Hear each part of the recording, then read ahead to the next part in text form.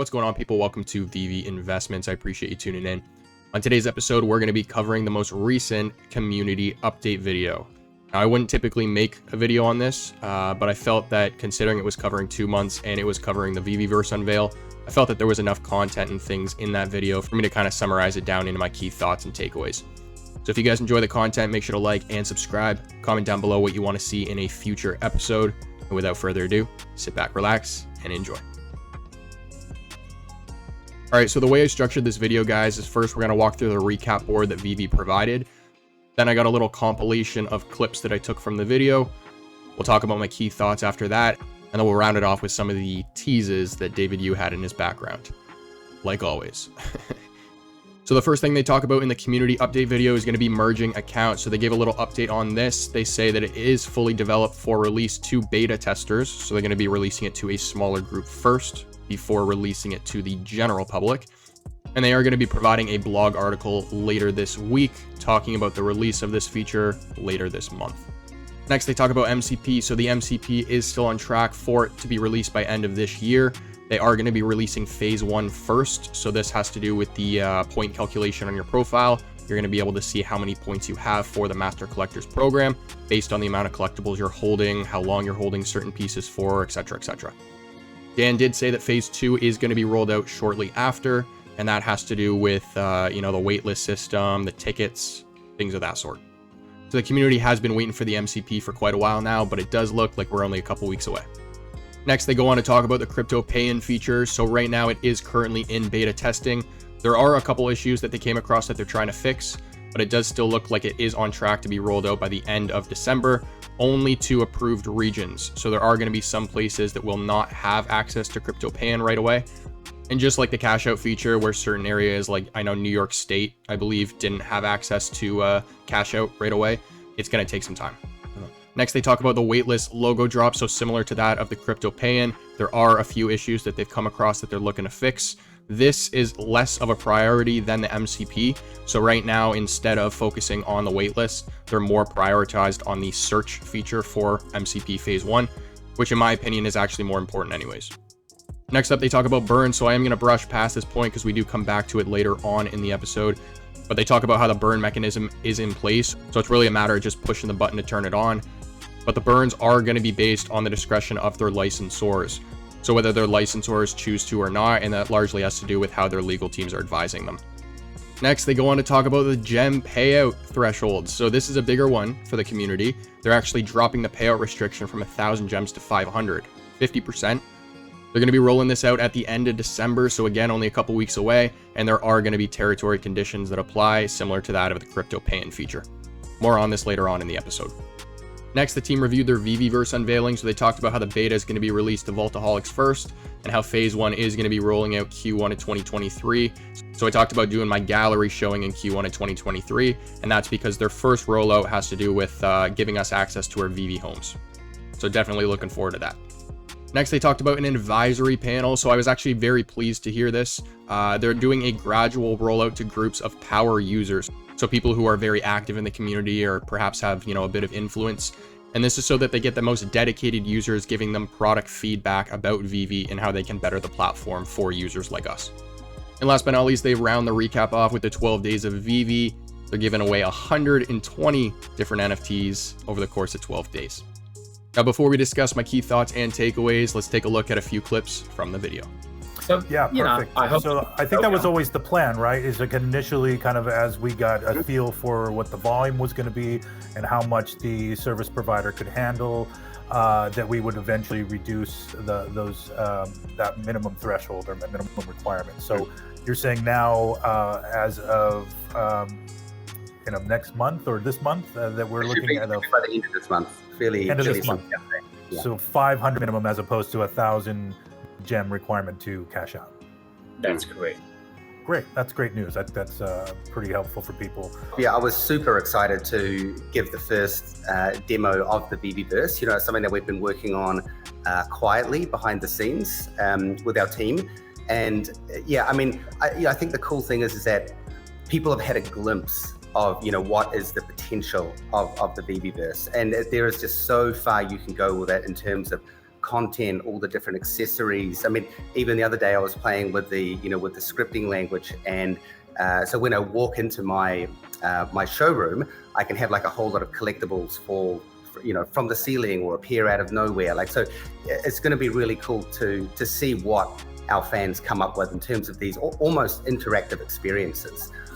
And then really, just getting into the much wider range of content. We showed the veve home space that we put together as sort of your default option, but I can't wait. We have other content in there, like whether it's a castle or steampunk, or who knows, maybe even some of our brand partners. We can use structures or buildings. Yeah, on that note, I can't remember if I mentioned it in the last one, but we will have some form of services platform. Like you could hire one of the Vaultaholics to make your space look amazing if you're not that great at it. So yeah, it's going to be a lot of fun. 2023, we always talk about the pillars that's in the business that we want to get into. You will see physical, digital, the digital release with some of our partners coming out. We want to make sure we try to cover as much footprint as possible. Furthermore, is about mass market next year. So we're going to be bringing out more major brands, more major announcements. We want to be adding touches and adding different things into what we build. So it gives it a very good flavor. And I just want our fans to understand that throughout January, you'll see a lot of new brands. And myself, after this video, I will be traveling to Singapore, and I'm going to be meeting up with Southeast Asia collectors. And I believe there's like a group of collectors from India flying down to Singapore to meet as well. You're going to see more utility coming out, even as these videos are coming out. We will be, idea is we want to start rewarding collectors who hold their sets. Alrighty, so quick little summary of the video there. Now let's run through some of my key points. So the first thing that I think is very important to note is the fact that MCP Phase 1 is still on track. Phase 2 is going to be coming soon after. So again, guys, just to clarify, Phase 1 is going to be the point calculation on your account. Phase 2 has to do with the tickets, waitlist drop system, and that type of stuff. Next up, I want to talk about burns because I thought it was quite interesting with some of the wording that was used when they were talking about the burning mechanism here. So, Dan was talking about how the burning mechanism, well, one, it's already, in place, it's already set up, but two, it allows for, and I quote, many programs, okay? So Dan actually used an example here when he was discussing, one of these many programs, and he said that, and I quote in his words again, burn X amount of collectibles, and you might get access to something very special. So I thought that was quite interesting, the fact that he gave an example, but also that he said many programs, right? Because now that indicates to me that there are many mechanisms that the team have developed or have the intention of developing to reward collectors in the future or just to add further experiences to the platform. Now, Alex did also mention that there are some collectibles and common comics that they have already burned, and that in the most recent app update, this now does reflect in the metadata for these NFTs.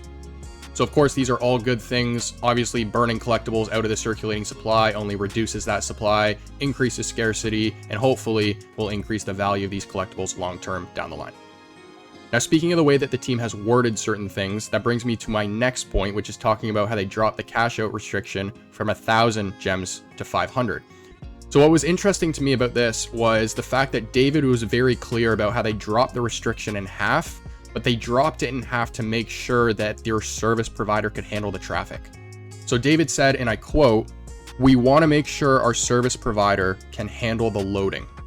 And the reason I'm bringing this up is because that to me indicates that the team might actually have the intention of dropping it further, and that they've dropped it to the price point that they have, in this case 500, to still restrict some of the traffic from cashing out. And some people might not even agree with this method, but I remember being back on the app, and I'm sure some people watching this can agree with me here, when, drops would crash. This happened to me multiple times. I mean, I even remember, and this is a habit that I have where, a few minutes before a drop, I'll close everything on my phone, including the veve app, and then restart it just to make sure there's no issues. I remember doing that back in the day, and you could close the app a few minutes before the drop, and then I couldn't get back on the app because the servers were overloaded. There was so much traffic or so many people trying to get on the app that the servers couldn't handle it, and it would just never load for me. There was another issue back in the day where you could go for a drop, you could click buy now, and then all of a sudden your phone would turn black and the app would crash. So when David makes a comment about how they dropped the cash out restriction in half, but they still want to make sure that their service provider can handle the traffic, to me it sounds like they're just trying to prevent, examples like I just explained from happening again. I could be completely wrong here, but I won't be surprised in the future if they choose to drop that $500 restriction now down even further. Next, in my Veveverse unveiling video, I talked about how I think scripting language is going to be a massive feature for the platform. And in this community update video, Dan did actually talk about scripting language, and he gave a specific example of how he actually used it in his Veveverse home. So the example that he actually gave was that when he enters his home, every time it will drop collectibles from the ceiling, right? Now that it's something that he's scripted himself, and he even said following that statement that he's excited to see what users can do with this feature. So I'm really looking forward to this feature. I think that when we see the creativity in the community already in terms of what some people can do in their vault spaces, I think this scripting language is going to take customization to a whole other level. Now, right after the scripting language, Dan goes on to talk about the Veveverse home space is default. So I thought that this was interesting as well, because he talks about how, in the future we could have branded home spaces, right? So we talk about how the Veveverse is going to have certain plots of land for, like a Marvel City or a Disneyland, but we've never really discussed how we can have, a Disney or a Marvel branded home space. And again, this is dependent on the licensor, right? Whether they agree to this or not, but I'm just using that IP as an example here. Next, they go on to talk about a business opportunity in the Veveverse. So they talk about how there's going to be a services platform. So allowing users to sell services like designing vault spaces, right? Maybe you're not that creative. Alex mentions in the video that all he can do is line up his collectibles in a straight line. So people like Alex can go to this services platform and hire somebody to, design his vault space. Now, I'm assuming this has to do with the previous point that they talked about in the Veveverse unveiling, talking about how you can submit 3D content and then upload and sell that 3D content.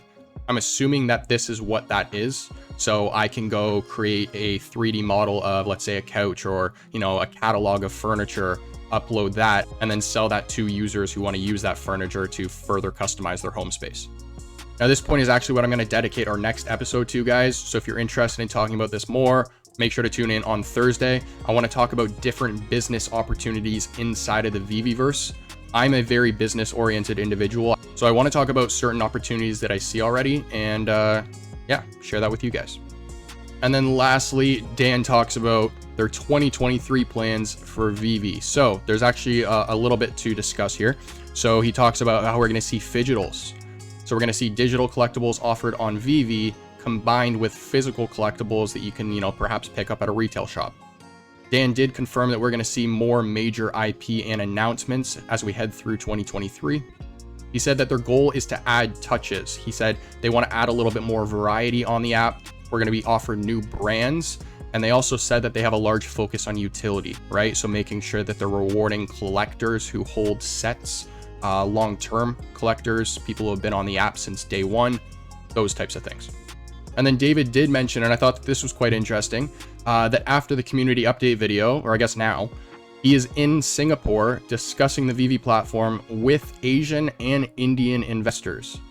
So for all those people wondering where localization is and, oh, why aren't we in the Eastern markets and blah, blah, blah, blah, blah, trust me, it's coming. David has a lot of experience with this. And if you guys haven't watched our ecomi's partners and providers episodes 27 and 28, you now understand that David owns companies that actually specialize in exactly this, the RMG group to be specific.